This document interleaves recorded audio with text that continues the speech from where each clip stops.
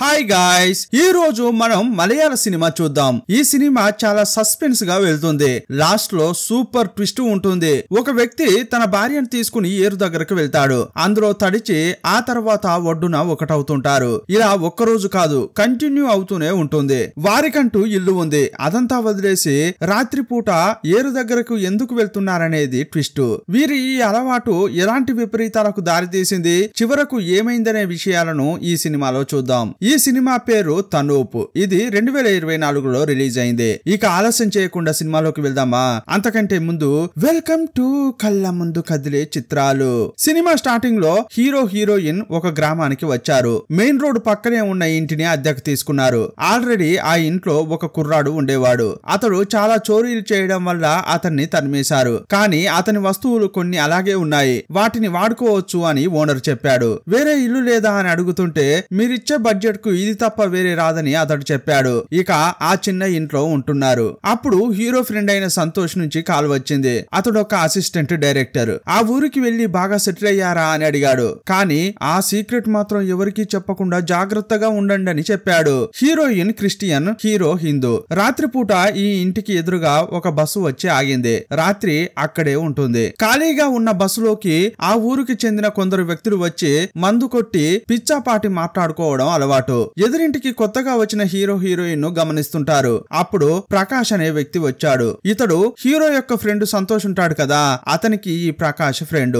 ఇతడున్నాడన్న ధైర్యంతోనే వీరు ఇక్కడికి వచ్చారు. రాత్రిపూట వారికి టిఫిన్ ఇచ్చి రేపు నాతో పెయింటింగ్ పనికిరా అని హీరోకు ప్రకాష్ చెప్పి వెళ్లిపోయాడు. మరుసటి రోజు వంటకు కావాల్సిన వస్తువులు ఇచ్చిన ప్రకాష్ హీరోను పనికి తీసుకెళ్తున్నాడు. కానీ పర్సు మర్చిపోయా అని లోపలికి వచ్చిన హీరో భార్యను చూస్తూ రాత్రికి రెడీగా ఉండు, అంతా సిద్ధం చేస్తా అన్నాడు. హీరో వెళ్లిపోయాక కిటికీ దగ్గర కూర్చుని హీరోయిన్ ఏదో కోల్పోయినట్లు ఫీల్ అవుతోంది. అక్కడికి ఒక కుక్క పిల్ల రాగానే దాన్ని చూసి ఏడుస్తోంది. సాయంత్రం పని అయిపోయాక ఈ చుట్టుపక్కల ఏదైనా ఏరు ఉందా అని ప్రకాష్ ను హీరో అడిగాడు. మీ ఇంటి ఎదురుగా ఉన్న అడవి లాంటి ప్రాంతంలో ఏరు ఉందని అతడు చెప్పాడు. ఇప్పుడు హీరో ఎందుకోసం ఈ ఊరుకు వచ్చాడో ఆ పనిని ప్రారంభించాడు. చాలా దూరం వెళ్లి ఏరును కనిపెట్టాడు. ఒక ఆయనను చూసి ఇది లోతుగా ఉంటుందా అని అడిగితే చాలా లోతు ఉంటుందని చెప్పాడు. ఇంతకీ నీకు ఈత కొట్టొచ్చా అంటే తెలియదని హీరో అన్నాడు. ఈ చోట అది జరగదు, అందుకోసం లోతు ఉండని ప్రదేశం కావాలని చుట్టుపక్కల వెతికాడు. ఒక చోట లోతు తక్కువ ఉండే ప్రాంతాన్ని గుర్తించాడు. పొదల్లాంటి ప్రదేశాన్ని చూసి ఇది కరెక్ట్ గా ఉంటుందని అనుకున్నాడు. రాత్రి ఇంటికి వచ్చాక సరైన ప్లేస్ ను కనిపెట్టానని భార్యకు చెప్పాడు. ఇదంతా చేసే తీరాలా, తప్పదా అని హీరోయిన్ అంటోంది. ఇంతకీ బాగానే చెక్ చేసావా? జనసంచారం లేని ప్లేసే కదా అని ఆమె అంటే అవునని అన్నాడు. చాలా చీకటి పడ్డాక ఇప్పుడు అంతా పడుకుని ఉంటారు, మనం ఏరు దగ్గరకు వెళ్దామా అని భార్యను అడిగాడు. బయట బస్సులో ఉన్నవారు వెళ్లారా అని చెక్ చేస్తే వారంతా వెళ్లిపోయారు. ఇక బెడ్షీట్ తీసుకుని ఆ రాత్రి ఇంటి నుంచి ఏరుకు వెళ్లారు. రాత్రి 12 గంటల సమయంలో ఇద్దరు ఏరులోకి దిగి స్నానం చేశారు. పొదల్లాంటి చోటుకు వెళ్లి బెడ్షీట్ వేసుకున్నారు. ఇక ఇద్దరు ఒక్కటయ్యారు. వీరికంటూ ఇల్లు ఉండగా ఇక్కడికెందుకు వస్తున్నారు, ఇలా ఎందుకు చేస్తున్నారా బాబు అనిపిస్తుంటుంది. కానీ దానికి ఒక కారణం ఉంది. మరుసటి రోజు హీరో పనికి వెళ్ళాడు. చర్చికి పెయింట్ వేస్తున్నారు. 2 రోజులు పని ఉండడం వల్ల అక్కడే ఉండి పెయింట్ వేశారు.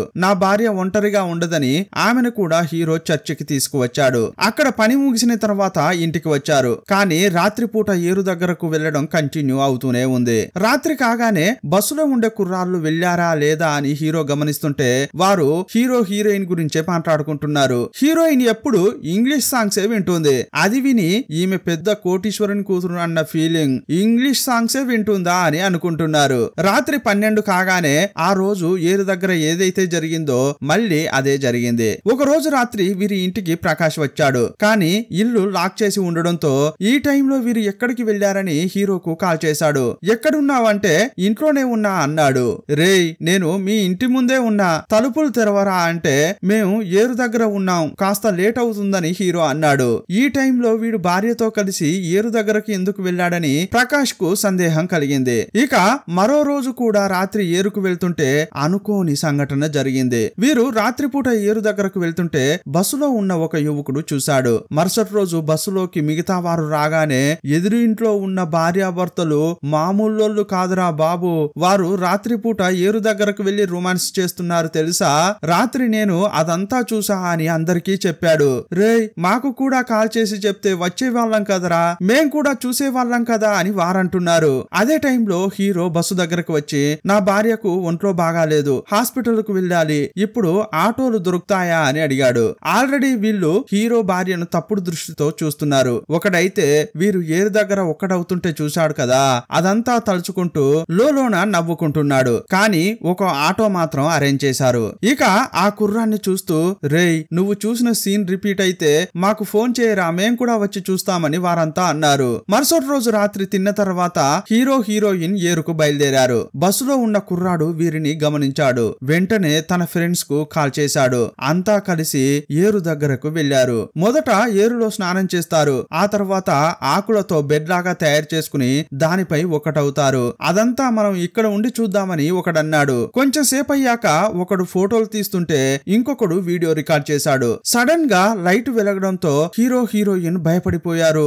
ఎవరో మనల్ని చూసారని భయపడ్డారు. వెంటనే వీరంతా హీరో దగ్గరకు వెళ్లి ఏంట్రా ఏరు దగ్గర ఇలా చేస్తున్నారు, మీకు ఇల్లు లేదా, అలాంటప్పుడు ఇక్కడికి వచ్చి ఇలా చేయడానికి సిగ్గు లేదా అని తిట్టారు. ఒకడు కొట్టబోతుంటే మరొకడు అంతా వీడియో తీశాడు. హీరో వారి కాళ్లపై పడి దీనంతటికీ ఒక కారణం ఉంది, ప్లీజ్ మమ్మల్ని వదిలేయండి అని బతిమిలాడాడు. వెంటనే భార్యను తీసుకుని హీరో ఇంటికి పరిగెత్తాడు. ఇంటికొచ్చాక హీరోయిన్ బాగా ఏడుస్తోంది. ఆమెకు సర్ది చెప్పలేక అతడు బాగా ఏడ్చాడు. మరుసటి రోజు ఈ కుర్రాళ్ళు ఆ వీడియోను బస్సు డ్రైవర్లకు సెండ్ చేశారు. ఈ విషయం ప్రకాష్ కు కూడా తెలిసింది. వెంటనే అతడు హీరోకు కాల్ చేశాడు. ఫోన్ తీసిన హీరో 2 రోజులు పనికి రాలేనని చెప్పి కట్ చేశాడు. ఆ రోజు రాత్రి హీరో ఇంటి ఎదురుగా కూర్చుని కుర్రాళ్ళు క్యారం బోర్డు ఆడుతున్నారు. ఏంట్రా టైం అయింది అయినా బయటకు రావట్లేదు అని అంతా హేరణ చేస్తూ నవ్వుతున్నారు. కానీ ఇంట్లో ఉన్న హీరోయిన్ కుంగిపోయింది. మనకు ఇంత పెద్ద అవమానం జరిగింది, వద్దంటే వినకపోతివి, ఇప్పుడు ప్రాణాలతో ఎందుకు ఉన్నానా అని అనిపిస్తోంది అని వెక్కి వెక్కి ఏడ్చింది. ఆ రోజు రాత్రి భోజనం కోసం పక్కనున్న హోటల్ కు హీరో వచ్చాడు. హీరోను చూడగానే అక్కడ ఉన్న వారంతా నవ్వుతున్నారు. హీరోకు విషయం అర్థమైంది. ఆ కుర్రాళ్ళు వీడియోను అందరికి పంపించారని తెలుసుకున్నాడు. అతనికి తల తీసేసినట్లు అయింది. పార్సిల్ తీసుకుని ఇంటికి వచ్చిన హీరో తన భార్య ముందు ఏడవలేక బయటే ఉండి బాగా ఏడ్చాడు. ఈ సమయంలోనే ప్రకాష్ అనే అతడు తన ఫ్రెండ్ సంతోష్ కు కాల్ చేశాడు. నీ ఫ్రెండ్ కు సమస్య ఎదురైంది, వెంటనే బయలుదేరి ఊరికి రమ్మని చెప్పాడు. సంతోష్ రాగానే వీడియో లీక్ అయిన విషయం చెప్పారు. అది వినగానే సంతోష్ కూడా తల్లడిల్లిపోయాడు. అప్పుడు ఇంటి ఓనర్ ఆ కుర్రాడికి ఏదైనా మెంటల్ ఇష్యూ ఉందా, ఎందుకిలా ప్రవర్తిస్తున్నాడు అని అడిగాడు. ఒక కారణం ఉందని సంతోష్ అసలు విషయం చెబుతున్నాడు. కొన్నేళ్ల క్రితం హీరో అసిస్టెంట్ డైరెక్టర్ గా పనిచేసేవాడు. స్టోరీ బోర్డు క్రియేట్ చేయడంలో హీరో పర్ఫెక్ట్ గా ఉండేవాడు. ఒక సినిమా షూటింగ్ జరిగే టైంలో హీరో ఒక కుక్క పిల్లను చూశాడు. ఎవరో దీన్ని ఇంట్లో పెంచుకుంటున్నట్టున్నారు, అనుకోకుండా ఇది బయటకు వచ్చినట్లుంది, సరే నేను పెంచుకుంటా అని దాన్ని హీరో తీసుకున్నాడు. హీరో యొక్క రూమ్ కు తీసుకొచ్చాడు. హీరో యొక్క రూమ్ లో ముగ్గురుంటారు. ఒకరు సంతోష్, ఇంకొకరు తమిళ వ్యక్తి. ఈ ముగ్గురు కలిసి ఆ కుక్కను జాగ్రత్తగా చూసుకుంటున్నారు. హీరో డ్యూటీకి వెళ్లడం వల్ల పగలంతా తమిళ వ్యక్తిని చూసుకో అని చెప్పేవాడు. సీన్ కట్ చేస్తే హీరోయిన్ తెరీసా ఒక ధనవంతుని యొక్క కూతురు. యాక్చువల్ గా ఆ కుక్క పిల్ల ఈమెదే. ఈమెకు తల్లి లేదు, తండ్రేమో ఊర్లో ఉంటాడు. ఈమె వాళ్ళ అత్త మామల ఇంట్లో ఉంటోంది. నా కుక్క పిల్ల కనిపించట్లేదని బాగా ఏడుస్తోంది. అప్పుడు వాళ్ళ అత్త మామ మనం కుక్క పిల్ల కనిపించట్లేదని నోటీసులు కొట్టిద్దామా అంటున్నారు. నోటీసులు కొట్టించారు. ఒక నోటీసు ఆ తమిళ వ్యక్తికి వచ్చింది. దాన్ని హీరోకు చూపించాడు. అప్పుడు హీరో అందులో ఉన్న నెంబర్ కు కాల్ చేశాడు. హీరోయిన్ తన ఇంటికి రమ్మని చెప్పాడు. హీరోయిన్ అక్కడికి వచ్చి తన కుక్క పిల్లను తీసుకుంది. కుక్క పిల్ల మెడలో హీరో ఒక గంటను కట్టాడు. నాకంటే కూడా హీరో దీన్ని బాగా చూసుకున్నాడనేది ఆమెకు అర్థమైంది. చాలా సంతోషపడింది. అందువల్ల హీరోతో ఆమెకు పరిచయం ఏర్పడింది. ఇక హీరోయిన్ ఇంటికి వచ్చిన తర్వాత తన కుక్క పిల్లతో కలిసి ఫోటో తీసుకుని హీరోకు సెండ్ చేసింది. ఇలా వీరిద్దరి మధ్య మాటలు కలిశాయి. కంటిన్యూగా ఫోన్ లో మాట్లాడుకునేవారు. ఆ తర్వాత ఫ్రెండ్స్ అయ్యారు. ఇక లవర్స్ కూడా అయ్యారు. ఒక రోజు హీరోయిన్ వాళ్ళ అమ్మ ఫోటోను హీరోకు చూపించి నా ప్రపంచమే మా అమ్మగా ఉండేది, కానీ ఎప్పుడైతే ఆమె చనిపోయిందో అప్పటి నుంచి నా జీవితం నరకంగా మారింది. మా నాన్న కూడా నాతో ఉండకపోవడం వల్ల అత్త మామలే నన్ను పెంచారు. వాళ్ళు నన్ను చాలా బాధ పెడుతుంటారు. ఇలా శోకంగా తన స్టోరీ అంతా హీరోకు చెప్పింది. ఇదంతా కూడా హీరోయిన్ అంకుల్ గమనించాడు. ఆ అబ్బాయి ఎవరు అని అడిగితే తను అతన్ని ప్రేమిస్తున్నట్లు చెప్పింది. వెంటనే ఈ విషయం హీరోయిన్ వాళ్ళ నాన్నకు చెప్పాడు. మరుసటి రోజే హీరోయిన్ వాళ్ళ నాన్న అక్కడికి వచ్చాడు. అతడు చాలా స్ట్రిక్ట్. ఇంకోసారి ఆ కుర్రాడితో తిరగడం చూశాననుకో చంపి పడేస్తా అని బెదిరించాడు. నేను నేను చెప్పే కుర్రాన్నే పెళ్లి చేసుకోవాలి అని బెదిరించాడు. అప్పుడు హీరోయిన్ డిసైడ్ అయిపోయింది నేను ప్రేమించిన అబ్బాయినే పెళ్లి చేసుకుంటానని. ఇక ఇంటిని వదిలేసి వచ్చేసింది. ఆ తర్వాత వీళ్ళిద్దరూ రిజిస్టర్ మ్యారేజ్ చేసుకున్నారు. పెళ్లి చేసుకున్నాక హీరో తన భార్యను ఇంటికి తీసుకెళ్లాడు. కానీ వాళ్ళ అమ్మ ఒప్పుకోవట్లేదు. ఒక క్రిస్టియన్ అమ్మాయిని పెళ్లి చేసుకుంటావా? మా బంధువుల దగ్గర మేము తలెత్తుకోలేం, మాకు ఒక కొడుకు లేడనే అనుకుంటాం, వెళ్ళిపోండి అని పంపించారు. హీరోకు చెల్లి ఉంటుంది. చెల్లికి పెళ్లి చేయ ముందే వీడు పెళ్లి చేసుకుంటాడా? వాడు గాని లోపలికి వస్తే నేను వెళ్ళిపోతా అని తల్లి బెదిరించింది. ఇక వేరే దారి లేదు, వీళ్ళు ఇంట్లోంచి వెళ్ళిపోయారు. కానీ ఎక్కడ ఉండాలో తెలియట్లేదు. అప్పుడు హీరో యొక్క ఫ్రెండ్ సంతోష్ మా ఇంటికి వచ్చి ఉండరా అని అన్నాడు. లేదురా, మా ఇద్దరికి ఒక ఇల్లును అద్దెకు తీసివ్వు, మేము కొన్నాళ్ళు అక్కడ ఉండి ఆ తర్వాత ఎక్కడికి వెళ్లాలో నిర్ణయించుకుంటామని హీరో అన్నాడు. ఇక ఒక రూమ్ అద్దెకు తీసుకుని అందులో ఉంటున్నారు. ఇంకోవైపు తన కూతురు ఇంట్లోంచి వెళ్లిపోయిందని హీరోయిన్ వాళ్ళ నాన్న టెన్షన్ అయిపోయాడు. తాను ప్రేమగా పెంచుకున్న కుక్క పిల్లను చంపేశాడు. ఆ ఫోటోను హీరోయిన్ కు పంపించాడు. ఒసేయ్, నువ్వు గాని ఇంటికి వచ్చావనుకో నీ పరిస్థితి కూడా ఇదే. నా కూతురు ఎప్పుడో చనిపోయిందని నేను అనుకుంటా అని అతడు మెసేజ్లు పెట్టాడు. ఇక నీ ముఖం నాకు చూపించొద్దు అని మెసేజ్ చూడగానే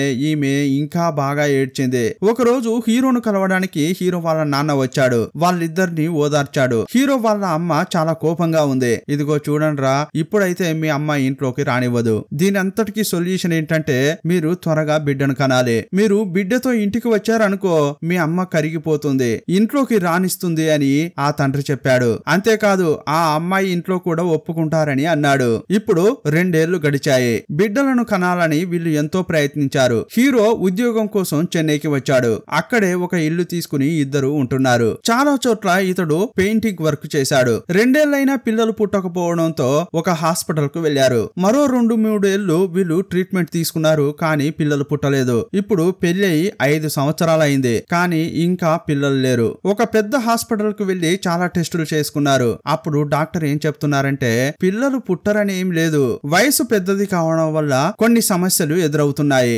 ఆరోగ్యకరమైన ఫుడ్ తీసుకోండి, ఇంకొన్ని టెస్టులు చేస్తామని చెప్పారు. డాక్టర్లు చెప్పినట్లే ఫాలో అయ్యారు. అయినా కూడా పిల్లలు పుట్టలేదు. పెళ్లయ్యి 7 ఏళ్లైనా కూడా పిల్లలు పుట్టకపోవడంతో వీళ్ళు మానసికంగా చాలా కుంగిపోయారు. ఒకరోజు హీరో వాళ్ళ నాన్న హీరోకు కాల్ చేశాడు. ఏంట్రా త్వరగా బిడ్డను కంటావు, బిడ్డతో పాటు ఇంటికి వస్తావు, మీ అమ్మ ఇంట్లోకి ఆహ్వానిస్తుంది అని అనుకుంటే ఇలా చేస్తున్నావేంట్రా అన్నాడు. ఇక నువ్వు హాస్పిటల్ కు వెళ్ళింది చాలు, నాకు తెలిసి ఒక నాటు వైద్యుడు ఉన్నాడు, అతన్ని కలువు, అతడు చెప్పేది ఫాలో కా అన్నాడు. ఇప్పుడు హీరో హీరోయిన్ ఒక గ్రామంలో ఉన్న నాటు వైద్యుడిని వెళ్లి కలిశారు. ఇప్పటి వరకు వీరు తీసుకున్న ట్రీట్మెంట్ గురించి చెప్పారు. అదంతా అతడు పక్కన పెట్టి హీరో యొక్క చేతిని పట్టుకుని చూశాడు. సమస్య ఉందయ్యా, ఇలాగే ఉంటే నీ భార్య కడుపులో కాయ కాయడం చాలా కష్టం, మరి దీనికి మేమేం చేయాలి అని హీరో అడిగాడు. దానికి ఒక సొల్యూషన్ ఉంది. మీరు ప్రకృతితో కలిసిపోవాలి. ప్రకృతితో కలిసి జీవించారనుకోండి మీరు అనుకున్నట్లు జరుగుతుంది. మంచి ఫుడ్ తీసుకోండి.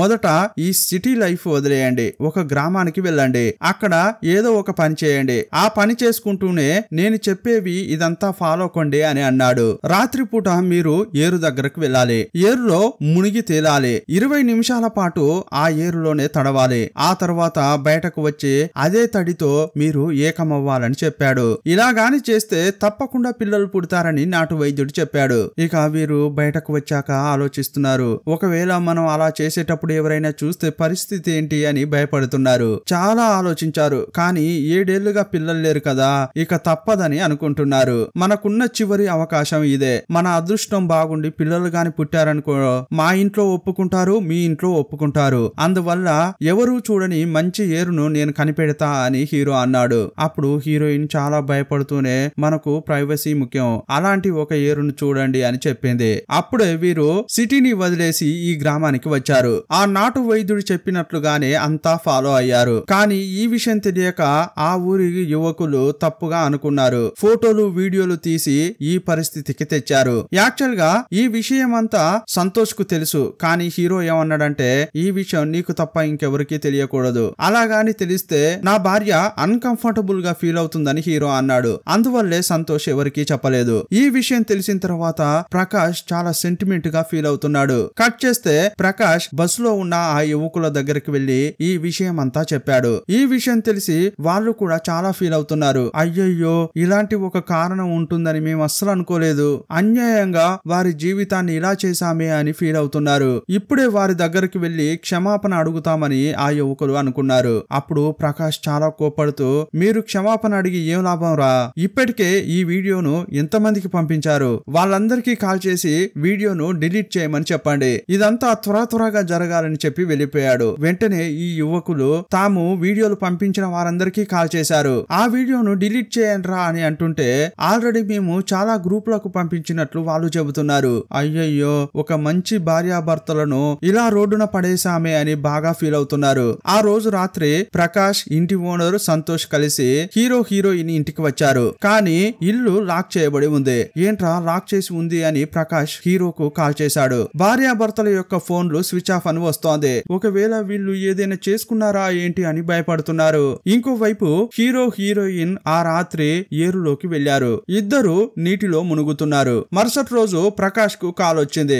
ఏంట్రా అని అడుగుతుంటే అదిరిపోయే విషయం చెప్పారు. సంతోష్ ను తీసుకుని అతడు ఏరు దగ్గరకు వెళ్ళాడు. అక్కడ చాలా మంది గుమికూడి ఉన్నారు. ఆ గుంపులో ఆ యువకులు కూడా ఉన్నారు. ఆ వీడియోను చూసిన ఊరంతా కూడా అక్కడ పోగయ్యారు. పక్కన చూస్తే హీరోయిన్ యొక్క డెడ్ బాడీలు కనిపించాయి. అవమానం తట్టుకోలేక వాళ్ళు ప్రాణాలు వదిలారు. ఇదంతా చూసిన ప్రకాష్ బాగా ఏడుస్తున్నాడు. ఆ యువకులను చూస్తూ దీని అంతటికీ కారణం మీరేరా అని తిడుతున్నాడు. మిగతా వాళ్ళ ప్రైవసీని వీడియో తీయడం వల్ల ఇలా జరిగిందే అని వాళ్ళు కూడా ఏడుస్తున్నారు. దుందుడుకుతనంతో భార్యాభర్తల ప్రైవసీని బట్టబయలు చేసి వారి స్వచ్ఛమైన ప్రేమను అపహాస్యం చేశామే అని కంటనీరు పెడుతున్నారు. అనవసరంగా వీడియో తీసాం. ఆ వీడియోను ఫ్రెండ్స్ కు పంపించి ఏదో సాధించినట్లు ఫీల్ అయ్యాం. ఆ వీడియోను చూసి సంతోషపడ్డామే తప్ప ఆ వీడియోలో ఉన్న వాళ్ళు ఎంత క్షోభను అనుభవిస్తారు, వారి జీవితం ఎలా నరకంగా మారుతుందో ఊహించలేకపోయామని తల్లడిల్లిపోయారు. తాము చేసిన తప్పు ఎంత పెద్దదో తెలుసుకున్నారు. ఈ సంఘటన